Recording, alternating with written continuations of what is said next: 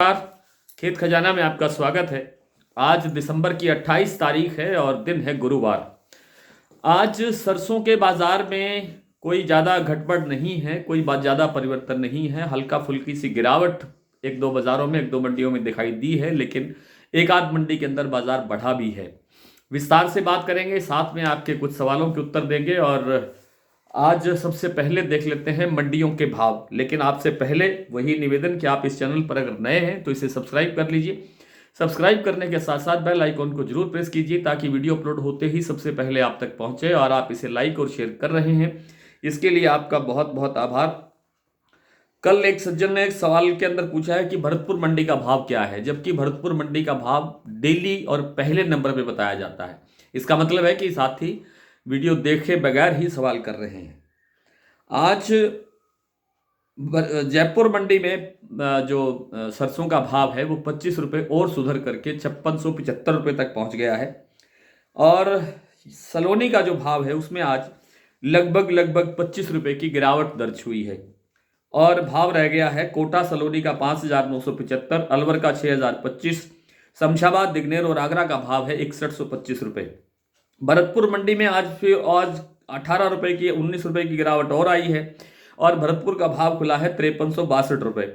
दिल्ली 5475 रुपये, चरखी दादरी 5425, बरवाला 5150, हिसार 5100, मुरैना 5250, ग्वालियर 5200, बीकानेर 5150, नागौर 5200, अलवर 5400, नड़बई 5360, खेरली मंडी 5400, सुमेरपुर मंडी 5450, गंगापुर 5420, खैरथल 5450, कोटा 5300, बीपी आगरा 5900, शारदा भी 5900, गोयल कोटा का 5450 रुपये। यहाँ 50 रुपये का भाव कल से बढ़ा है। टोंक मंडी 5305 और निवई मंडी का भाव है 5325 रुपये। जयपुर में आज सरसों का जो तेल है एक्सपेलर का भाव है 1004 रुपये, कल से 1 रुपया प्रति 10 किलो कम हुआ है। और जो कच्ची घानी का भाव है वो है 1014 रुपये। इसी तरह से जो दिल्ली में सरसों तेल का भाव कल वाला ही है 995 रुपये और 985 रुपये का भाव है चरखी दादरी में प्रति 10 किलो। चरखी दादरी में खल का भाव है, सरसों की खल 2900 रुपये और जयपुर के अंदर जो भाव है वो है 2940 रुपये।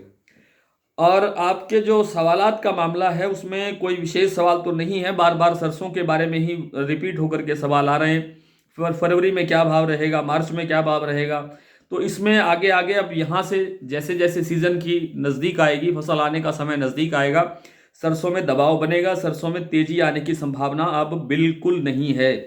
थोड़ा बहुत बाजार ठहराव दिखा सकता है, इसी के आसपास जो अब चल रहा है इसी के आसपास रह सकता है बाजार, लेकिन तेजी की संभावना नहीं है। और गेहूं के बारे में मैं जानकारी दे चुका हूं। तिल के बारे में जो कल बात हुई थी उस पर कुछ साथियों की रिएक्शन आए हैं। उन्होंने कहा है कि 2024 के अंदर तिल का भाव 25,000 रुपये होगा। वे हो भी सकता है, इसमें कोई वो नहीं है, बड़ी बात नहीं है। भरतपुर का भाव क्या है बता दिया। सोयाबीन का भाव 5,000 कब तक आ जाएगा, 5,000 आ भी सकता है और 5,000 के आसपास भी रह सकता है। फरवरी में एमएसपी पर बेच देंगे, अभी नहीं बेचेंगे, वो चलिए आपकी अपनी इच्छा है। कपास का भाव हिसार, बरवाला, उचाना और जींद।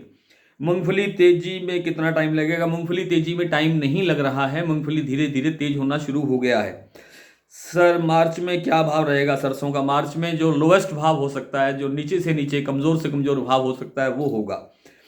और सोयाबीन में और मंदी रहेगी। सुमेरपुर मंडी का सरसों का भाव बता दिया है। सरसों में कोई रोग का नाम बता रहे हैं, सरसों में रोग हो गया है, नुकसान ज्यादा है।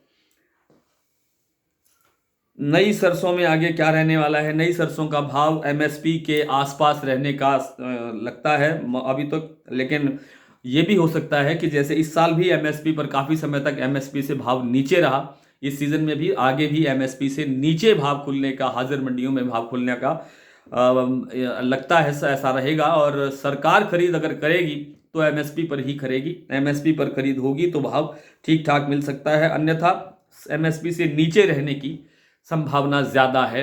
सरसों में तेजी की गुंजाइश फिलहाल नहीं है। आज इतना ही, कल आपसे फिर मुलाकात करेंगे, तब तक के लिए नमस्कार।